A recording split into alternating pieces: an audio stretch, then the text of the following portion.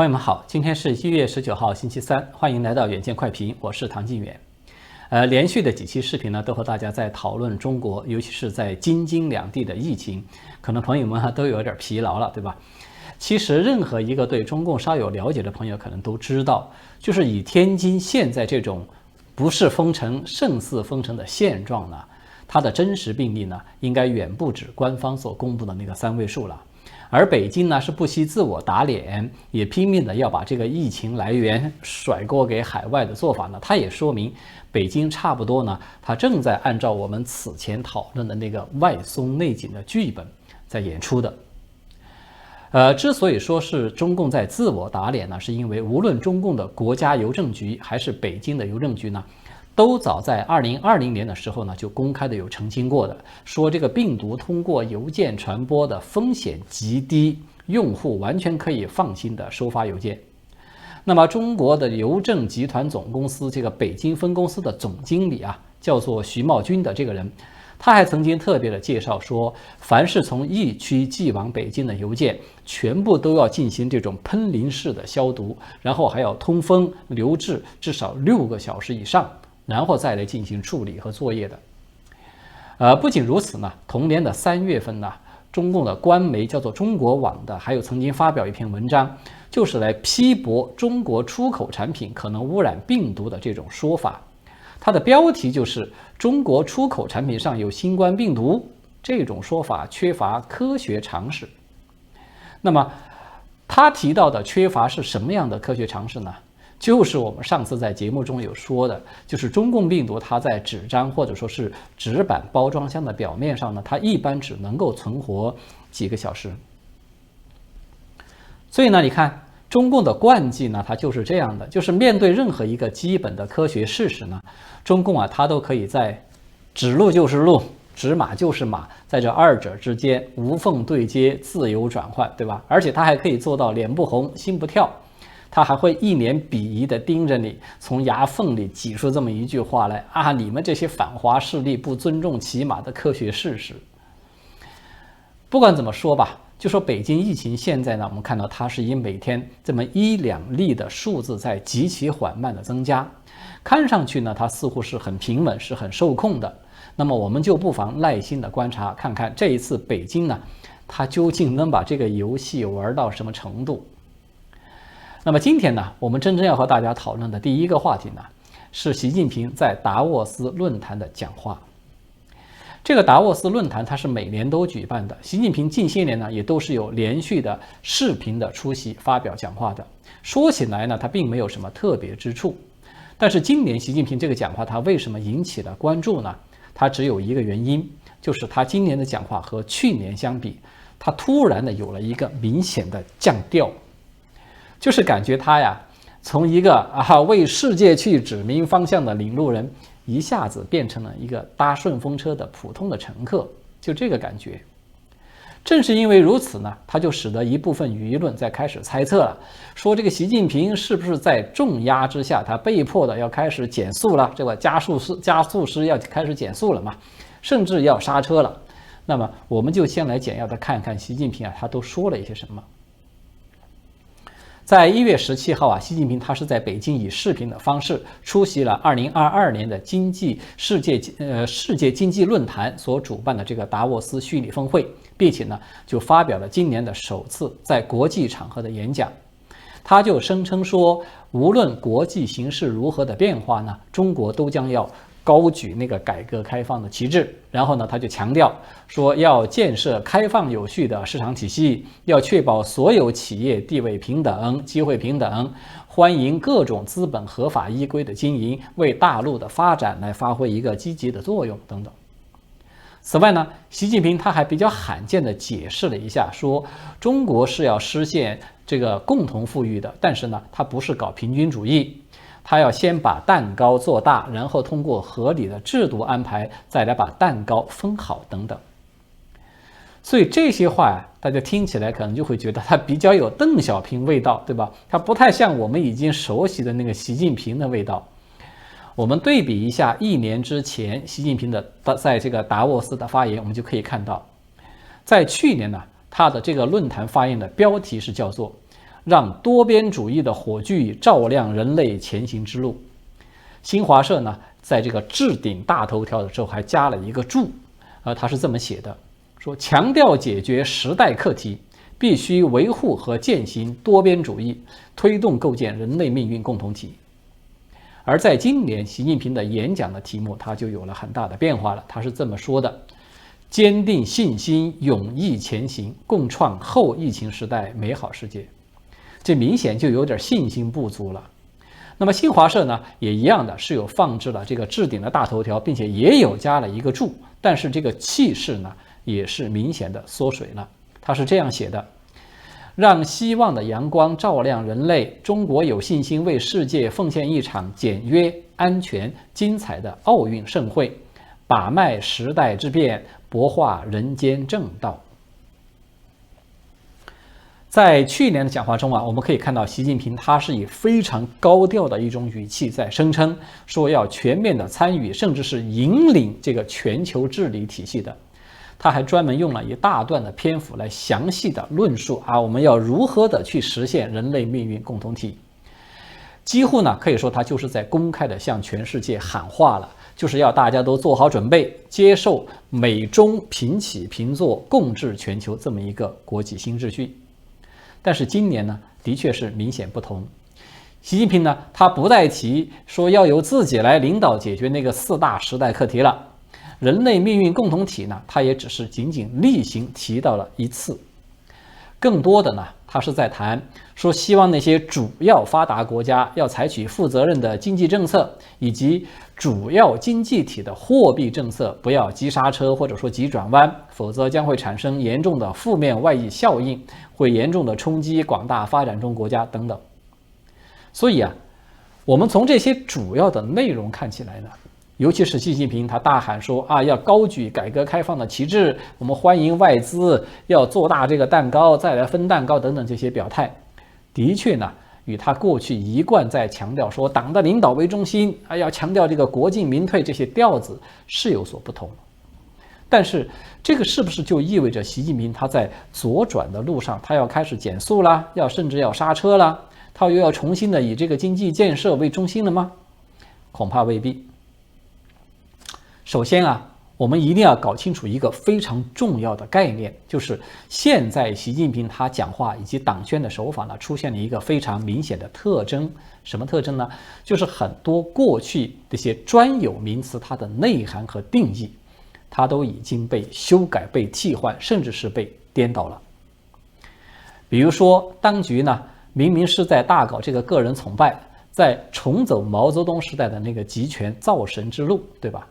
但是用习近平自己的话来讲呢，这个就叫做新时代的民主，也就是大家都很熟悉的所谓的全过程民主了。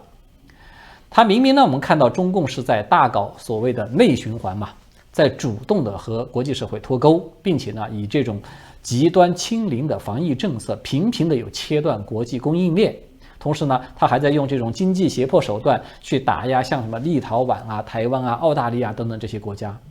但是习近平他就告诉你说，这个就叫做全新的多边主义，这是中共对国际社会的防疫在做出的巨大贡献等等。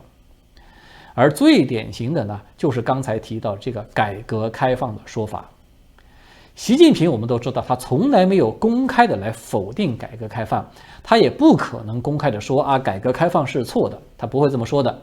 他最多呢，也就是借着党媒的文章来说，改革开放政策是在执行过程之中出现了偏差。但是呢，我们也都看到从6中全会公报那个10个坚持里面，就是没有了改革开放。再到这个党媒不是有公开掐架吗？前几天就是相互都在发文章，要么你就不提邓小平，那么要么我就不提习近平。就是这些现象，它都非常清楚的说明习近平的行为，他在实质上是在否定邓小平的改革开放路线的。也就是说，习近平所讲的这个改革开放，他和邓小平说的那个改革开放，它的内涵差异是很大的，它并不是一回事儿。要知道习近平呢，他一直都在把他最近这一系列的大手笔的折腾呢，他把它通通都叫做这是新时期的改革开放的。就像这个共同富裕这个说法，我们都知道他最早呢是邓小平提出来的，但是呢谁也都知道，说习近平现在说的这个共同富裕呢，他和邓小平的那个共同富裕，它其实是不同的两回事。所以呢，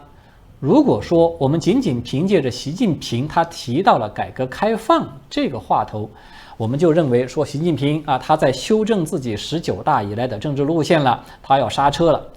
这个很可能啊他会是一个误判。那么弄清楚了这一点呢，我们再来看看习近平他的原话是怎么说的。他说啊，改革开放永远在路上，然后他就强调要更好地发挥政府作用，要毫不动摇巩固和发展公有制经济，毫不动摇鼓励支持引导非公有制经济发展。所以大家看到了吗？在习近平的概念之中，他认为这个政府其实就是党了，就说政府的作用它发挥的还不够呢，党的这个领导它还可以有更好发挥的空间呢，它是这个意思。那么习近平这次讲话他降调呢，它的确是一个事实，但是这个所谓的降调啊，它其实不过是习近平在去年频频的碰壁之后的一种策略性的调整而已，它的既定方向和目标它不会变，也不可能变的。那么与此相关的另外一个值得注意的现象呢，是在昨天，也就是1月18号嘛，它是邓小平南巡足足30周年的一个纪念日。那么在过去呢，就是说凡是有逢5、逢10的这个纪念日呢，央级的党媒它都会例行的要发表很多文章来纪念的，并且会反复的去重申啊，改革开放和以经济建设为中心，这是如何的重要等等。但是在昨天呢，中央一级的党媒是罕见的出现了集体的沉默，没有发表纪念邓小平南巡的文章，只有深圳特区报这么一家地方性的报纸在当天是有发表了一篇由中央党校的教授所写的纪念文章，而就这么一篇文章啊，它也都是大量的引用了这个6中全会刚刚通过的第3份历史决议的内容，说这个新时代的改革开放呢，就是要对改革过程中一些不尽完善的地方要进行改革，要敢于啃硬骨头，要敢于涉险滩，要勇于在更高的层面上做到改革开放。这个与其说是在纪念邓小平南巡，其实还不如说是在借题发挥，在拍习近平的马屁呢。大家要注意啊，在这里他提到的这个更高层面的改革开放，它其实呢就是习近平在这一次达沃斯所说的那个所谓高水平改革开放，它是一回事儿。它的含义呢，在这里他说的非常的清楚，就是说要对此前改革开放不完善的，甚至是出现了偏差的地方去进行改革和纠正。说白了，就是要针对邓小平时代的改革去改革，这个才是习近平所说的新改革开放的真实含义。所以呢，我们看到现在习近平他又在开始运作新一轮的这个反腐的风潮了，然后呢，他还反复的强调说要自我革命，对吧？在我看来啊，这两个动作我们要是把它合在一起呢，他所说的这个所谓自我革命，只不过呢，就是给那个拨乱反正给穿上了一件不太刺眼的马甲而已。好的，接下来的时间呢，我们要和大家来聊一聊有关中俄关系的新闻。我们在有关哈萨克斯坦这个黑天鹅事件的节目中呢，已经曾经和大家说过，就说这个事件它的本质呢，其实是中俄之争，它将会直接的影响到双方在中亚地区影响力的一个消长。那么就在前天，也就是1月17号呢，隶属于官方的俄罗斯卫星通讯社有发表了一条简短的新闻。讲的呢，就是说俄罗斯的外长拉夫罗夫，他对这个记者谈话的时候提到了中俄关系，他就说啊，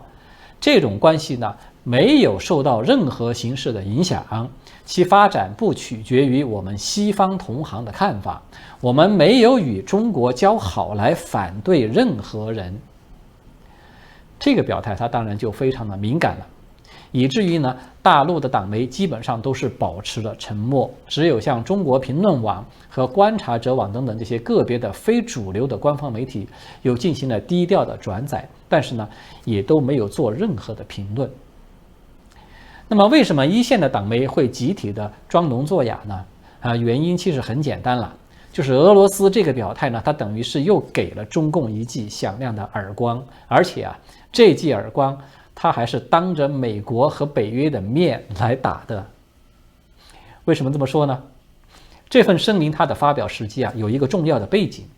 就是俄罗斯它在1月10号、12号还有13号这3天呢，分别与美国、北约还有欧安组织这3个平台都有举行了正式的第1轮的谈判。那么俄国与美欧谈判的这个目标呢，它依然还是3个不，可以来总结，就是北约不要东扩，还有不与前苏联国家进行军事合作，第3个呢是美国不应制裁俄罗斯。但是美国和北约呢，他们都对俄国的这个最核心的要求，就是北约不东扩这一点是予以了明确的拒绝。那么这当然就没有达到俄方预期的目标了。这一点呢，它其实倒是不奇怪的，因为美俄与北约这3方在近几年就是围绕着乌克兰这个问题剑拔弩张的纠缠了这么久，是吧？说你只是通过仅1轮的谈判就立马把这个问题给解决了，这未免是有点太儿戏了，对吧？它不符合最起码的政治常识嘛。但是俄罗斯在这种谈判陷入到僵局的时候呢，它抛出来打破僵局的筹码，居然是中俄关系这张牌，这就非常的耐人寻味了。我们从刚才拉夫罗夫这个简短的3句话来看呢，它其实就是表达了3层意思。第一层呢，他说中俄关系没有受到任何形式的影响，他其实就是在强调中俄关系的过去，就说它过去是具有独立性的。他在强调呢，说你看美中关系你们怎么的巨变呢，并没有影响到我们中俄的关系。这个呢，它多少就有点置身事外的意味在里面了。意思就是你们之间要打要杀呢，你们只管去做，我们呢该干嘛还是干嘛。第2层呢，就是他说其发展不取决于西方同行的看法。这句话的重点呢，它是在强调中俄关系的未来，就是说俄罗斯呢，它将根据自己的需要来决定如何去与中共打交道，这是最主要的决定性的因素。你们西方同行有什么看法或者有什么要求呢？那个是次要的。所以大家看到了吗？这个弦外之音它也是很清楚的。我们要是把它反过来说呢，它的意思就是中俄关系的发展呢，它是取决于俄罗斯自己的需要是否得到了满足。第3层呢，这个也是最关键的一层含义，他说的非常明确，说这种交好关系没有用来对抗西方。这当然就是再次明确地告诉了欧美，说中俄关系呢，并非是军事政治的同盟关系。俄罗斯呢，并非说是想要拉拢中共来去对抗美国以及西方，也不会借此去损害美国及西方的重大的战略利益。所以这个表态它实际上与普京此前公开说中俄不是盟友，它并没有太大的差别，对吧？但是俄国它在这种时候抛出这个声明来，它就等于同时在对着欧美和中共是隔空喊话了。说他是在对着欧美喊话呢，他释放的信号呢，就是说在后续的重要的谈判中，他要提前的打消欧美这一方的战略的顾虑，就是希望对方呢不要担心说即将要举行的最高层会晤之中，俄方的所表现出来的诚意。说白了呢，他们就是把这个话挑明了。我们虽然与中共的关系不错，但是呢，我们没有想与你们成为敌人，你们也不要把我们视为敌人。如果说要再往深说一点呢，这个信息呢，它就等于是给欧美交了一个底，就是一旦要是未来出现了某个关键时刻的话，俄国将会保持战略中立，大家心照不宣。说他是在对着中共喊话呢，他释放的信息也很明确，他其实就是在告诉中共，我们的关系呢是独立的，我们不是为了要对抗西方才来和你们交好的，所以呢，你们没有必要老是想把我们绑上反西方的这架战车，你们和西方要打要杀，你们去请便，我们不奉陪。为什么普京他不怕这样的表态会得罪习近平呢？其实说穿了，这个原因就是两个，一个呢，中共这种要争霸国际社会的战略意图呢，它已经是暴露殆尽了。他们已经把这个西方是得罪到了死地，已经没有了退路了。也就是说呢，中共事实上他已经失去了与俄罗斯翻脸的本钱，他只能够去不求中俄联手，但求美俄不要联手，他只能期望这么一点底线。所以对这一点来说啊，普京可以说是洞若观火的。第二个原因就是中共呢，现在频频的厚着脸皮，死活都要把这个中俄关系渲染成我们不是盟友，胜似盟友。这个它已经影响到了西方对待普京的态度，给美俄关系的实质性的进展和改善呢，造成了一个负面的效果了。如果说普京他不表态，他就很可能会被视为这是一种默认，所以普京呢，他不得不公开的予以澄清。说白了，他就是在提醒习近平，你不能拿着我的名头去得了彩头之后呢，回过头你还要来坏我的好事儿，对吧？你不能够吃饭砸锅嘛。我们以前就说过，就说普京他的确是一个人物，他可不只是简单的说说而已啊，他可是有实际行动的。就在前天，印度和菲律宾呢是正式的达成了一份协议，就是印度呢将向菲律宾去提供3套布拉摩斯这个反舰巡航导弹系统，它要部署在面向南中国海的西海岸地区。可能很多人都没有怎么注意到这条新闻，但是我相信这个消息呢，它会让中南海感觉到非常的恼怒。因为这个布拉莫斯导弹呢，它是印度首次出口它的最先进的一款超音速的反舰导弹。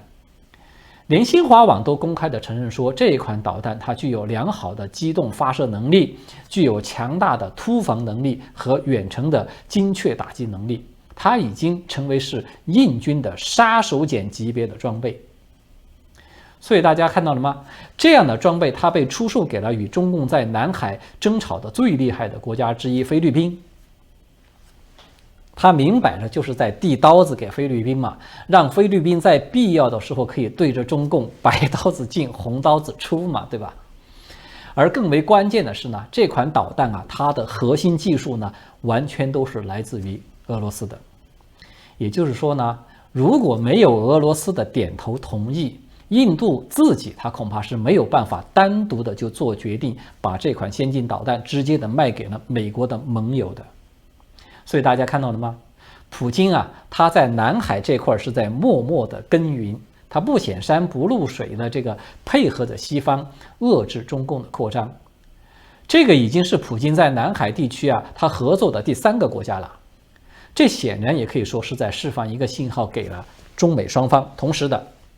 就是说我们与美欧呢同样是有着重大的战略利益一致的地方，尤其在南海。所以呢，无论你们谁想要跟我们拍桌子翻脸，那么都请先看清楚这一点再说。好的，今天呢我们就先聊到这里了，谢谢各位的观看与收听，我们下次再见。